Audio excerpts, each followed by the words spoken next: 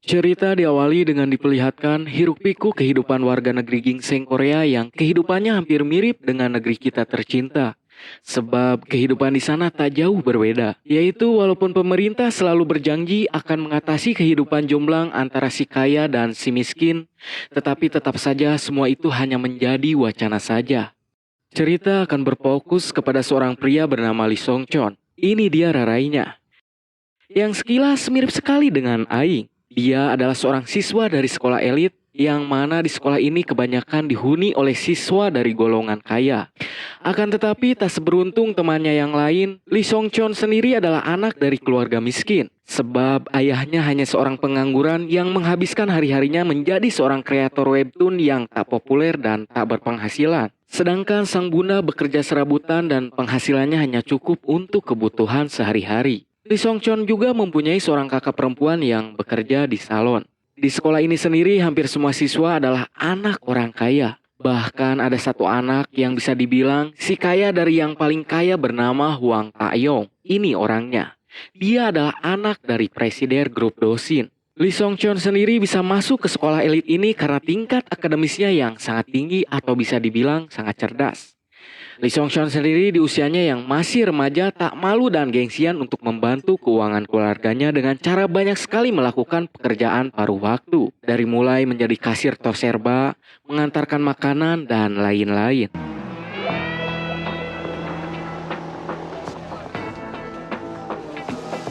이렇게 늦으면 어떡해요? 배고파 죽겠네.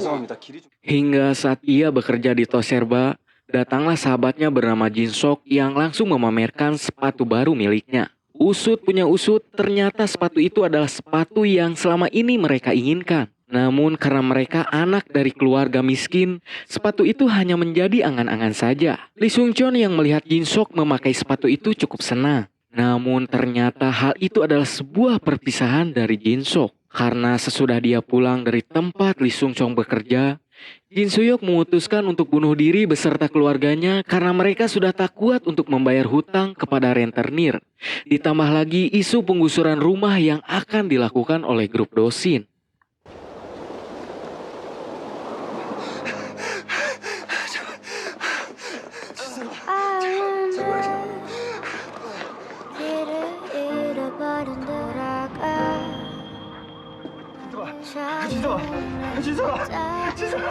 Lee Sung Chon yang mendengar kabar itu sangat terpukul karena Jin Suyok adalah sahabat sejatinya di kala mereka menjadi bulian di sekolah. Yang lebih memprihatinkan lagi, ketika acara pemakaman keluarga Jin Suyok diadakan, kegaduhan terjadi. Sebab seorang rentenir yang tak terima keluarga Jin Suyok meninggal sebelum mereka membayar hutang-hutangnya. Anjir, menis segitunya.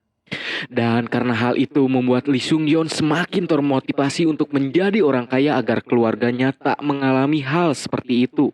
Sesudah itu diperlihatkan gerombolan anak pembuli yang diketuai oleh Park Jang Gun yang malah tak berempati sama sekali kepada nasib Jin Suyok. Dan dia berkata kalau apa yang dilakukan oleh Jin Suyok malah memperlakukan sekolah mereka. Tentu saja mendengar hal itu Lee Sung Cheon ingin meninju muka dari si Park Jang Gun.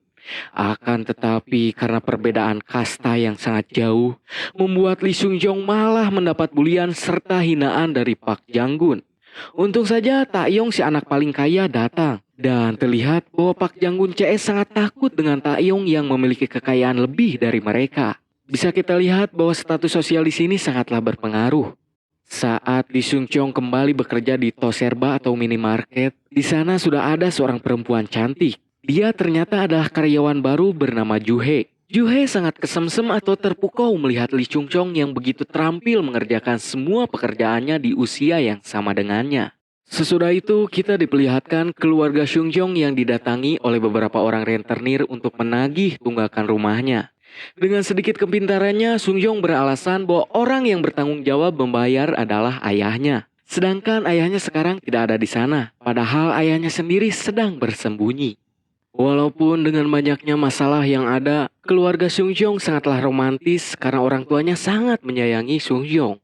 Di sisi lain, kita pun diperlihatkan kehidupan Hwang Taeyong si anak paling kaya. Walaupun dengan semua kemewahan serta fasilitas yang dia punya, tapi tampak Taeyong yang selalu tertekan karena ayahnya sangat protektif dalam semua hal agar Taeyong layak meneruskan grup Dosin di masa depan. membuat Taeyong mudah panik dan depresi. 널 증명할 기회가 주어질 때 잘하는 게 좋을 거야. 아버지, 물론 하지만 책임은 져야 한다는 거. 내 말 명심해.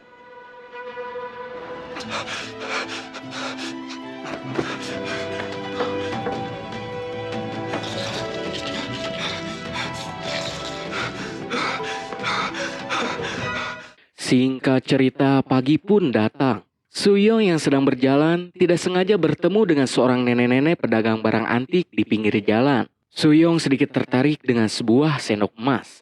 Dan si nenek pun berkata kalau sendok itu akan mengabulkan keinginan Suyong, yaitu menjadi anak orang kaya. Dengan syarat Sungchon harus makan di tempat orang kaya yang seumuran dengannya sebanyak 3 kali. Benar itu awalnya Sungchon tak percaya dengan perkataan si nenek pedagang itu. Terlebih lagi harga sendok emas itu adalah 30.000 won. Namun pada akhirnya Sungchon tetap membeli sendok emas itu. Dan kesempatan untuk mencoba kebenaran sendok emas itu pun muncul ketika Sungchon berkunjung ke rumah Taeyong karena dipanggil oleh Park Jang-gun untuk memberikan tugas yang telah selesai ia kerjakan. Akan tetapi ternyata hal itu tidak berdampak apa-apa dan ia pun merasa kalau keinginannya telah merubahnya menjadi orang bodoh karena percaya dengan hal demikian. Saat pulang, Sungchon merasakan sesuatu yang aneh di rumahnya. Dia pun melihat surat yang berisi permintaan maaf dari ibunya. Dan saat melihat keadaan sekitar, Sungchon langsung shock karena semua anggota keluarganya telah mati bunuh diri. Akan tetapi ternyata itu semua hanyalah mimpi. Namun karena mimpi itu membuat Sungchon mempertanyakan kembali tentang kebenaran dari sendok emas itu. Sebab menurut Sungchon hanya sendok emas itu satu-satunya cara agar dirinya beserta keluarganya bisa lepas dari jurang kemiskinan dengan cepat. Supaya mimpi buruk yang dialaminya tadi malam tak menjadi kenyataan. Sungchon mulai mencari informasi tentang grup Dosin supaya dirinya bisa dekat dengan Taeyong dan bisa kembali makan di rumah mewahnya untuk memenuhi syarat dari sendok emas yaitu makan 3 kali di rumah orang kaya. Dan Sungchon baru 1 kali melakukannya.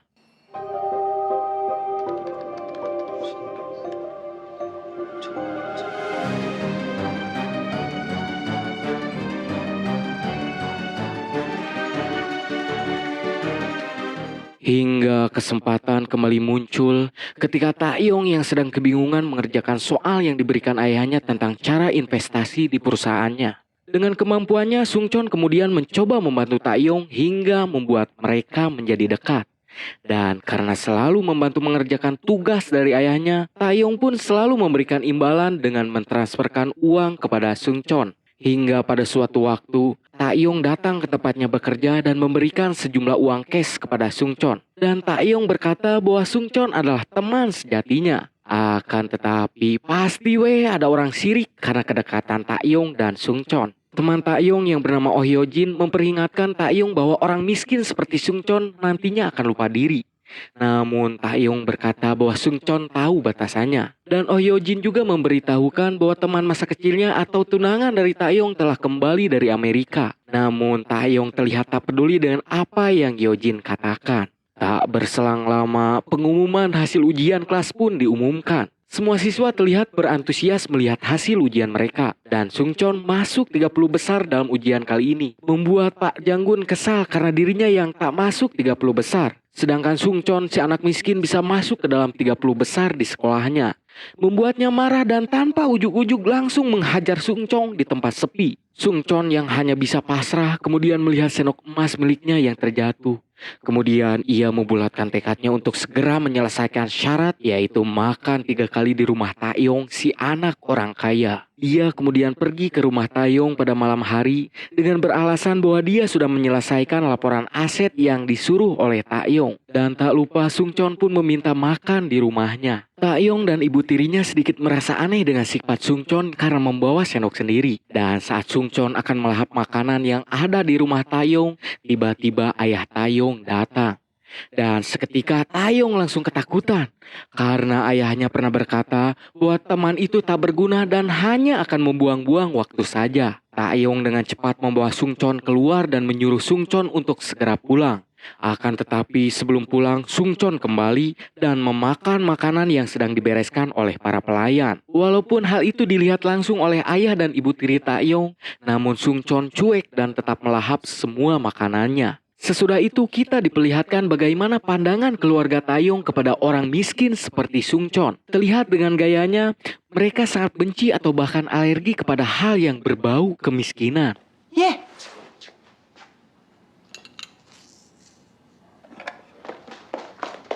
이거 가져가야지. 다시는 이런 거 갖고 오지 않았으면 좋겠다.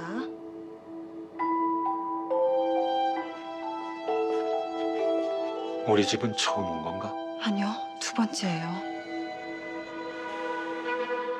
Ayahnya Taeyong menyadari bahwa laporan yang selama ini diberikan Taeyong kepadanya yang menjadi lebih baik ternyata selalu dikerjakan oleh Sung Chon, membuat ayahnya menjadi murka kepada Taeyong karena ketidakbecusan anaknya. Dan ayahnya mulai berencana menjauhkan Taeyong dan Sung Chon dengan cara apapun. 잘못을 했으면 벌을 받아야 할 텐데 미국으로 다시 보내줄까? 네가 해결해, 이승천. Saat di sekolah, kelas Sung Chon kedatangan murid baru, yaitu anak dari direktur TV yang tidak lain adalah Juhe, teman sepekerjaan Sung Chon di Toserba. Akan tetapi Sung Chon ternyata memiliki masalah karena ia beserta orang tuanya dipanggil pihak sekolah atas tuduhan pemerasan kepada Taeyong dengan barang bukti truk transfer. Sung Chon tentu saja tak mengakui tindakan itu karena Taeyong sendirilah yang memberinya uang karena membantunya. Tapi kali ini Taeyong malah bersikap menjengkelkan dengan berkata bahwa Sung Chon telah memerasnya dan akan membunuhnya kalau dia tidak memberikan Sung Chon uang. Atas tindakan itu pihak sekolah tanpa ada investigasi apa-apa untuk melihat siapa yang salah dan benar langsung berencana mengeluarkan Sung Chon. Tapi ayah Sung Chon lalu bersujud memohon agar anaknya diberi kesempatan dan tidak dikeluarkan dari sekolah. Sesudah itu saat di pinggir sungai Han dan saat cuaca sedang hujan, Sung Chon kemudian meratapi nasibnya yang selalu diinjak oleh orang kaya. Namun tak lama datanglah Taeyong ke sana. Terlihat Taeyong yang ketakutan karena telah berbicara omong kosong dan membuat Sung Chon terancam dikeluarkan dari sekolah. Hingga mereka pun berdebat. Dan tanpa sengaja, Taeyong mendorong Sung Chon hingga membuatnya hampir terjatuh ke sungai Han. Taeyong pun berusaha menolong Sung Chon, namun pada akhirnya Sung Chon terjatuh.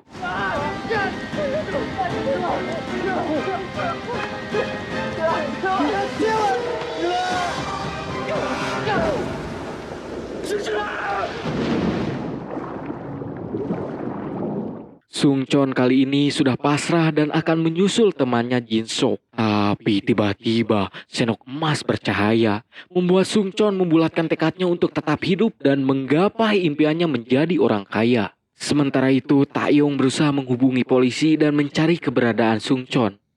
Dengan ajaib, Sung Chon bisa selamat dan secepatnya pergi ke rumah Taeyong. Dia kemudian bertemu dengan ayahnya Taeyong, lalu berkata bahwa dia membutuhkan bantuannya untuk memberinya makan karena dia sangat kelaparan. Merasa iba atau mungkin karunya, ayahnya Taeyong kemudian mengizinkan Sung Chon untuk dadaran di rumahnya. Sambil dilihat oleh ayah si Taeyong yang sangat pikasieun, dengan lahapnya Sung Chon memakan semua hidangan yang disuguhkan. Dia kemudian mencoba apakah benar senok emas ini bekerja dengan berkata kepada ayah Taeyong dengan sebutan ayah. Akan tetapi hal itu malah membuat ayah Taeyong marah. Dengan perasaan kecewa, Sung Chon kemudian membawa senok emas miliknya lalu pergi dari rumah Taeyong. Tapi keajaiban kemudian terjadi. Tatkala Juhe yang datang ke sana lalu menampar pipi Sung Chon dan berkata bahwa Taeyong telah memitnah Sung Chon, yang menandakan bahwa sendok ajaibnya bekerja. Namun tak lama dari itu, datanglah pihak kepolisian yang ingin bertemu dengan Taeyong karena Sung Chon yang tiba-tiba menghilang di dekat sungai Han. Walaupun kita tahu sendiri bahwa Sung Chon ada di sana dan orang yang hilang tidak lain adalah Taeyong yang kini telah bertukar tempat dengan Sung Chon. Saat di kantor polisi dengan cepat, Sung Chon yang sekarang jadi Taeyong bisa keluar dengan sangat mudah. Walaupun bukti menunjukkan tindakan fatal dari Taeyong. Ibu Sung Chon yang kebetulan berada di sana pun tak mengenali anaknya dan menganggap bahwa itu adalah Taeyong. Dia kemudian menanyakan kondisi anaknya yang terakhir kali terlihat bersama Taeyong. Sungchon sendiri tak bisa menjawab apapun, sebab dia juga masih bingung dengan situasinya. Saat berada di luar, dia mencoba menghubungi ponsel Taeyong. Akan tetapi ponsel itu dijawab oleh seseorang misterius.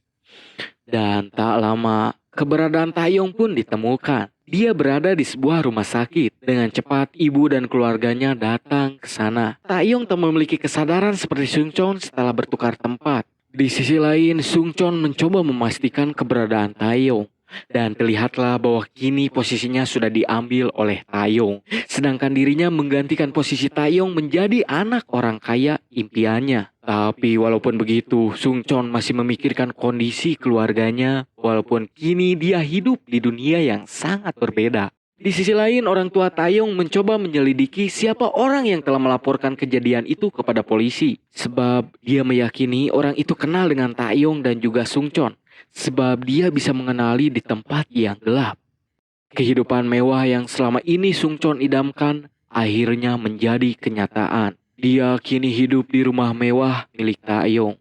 Pada awalnya dia sangat kesusahan beradaptasi dengan kehidupan barunya.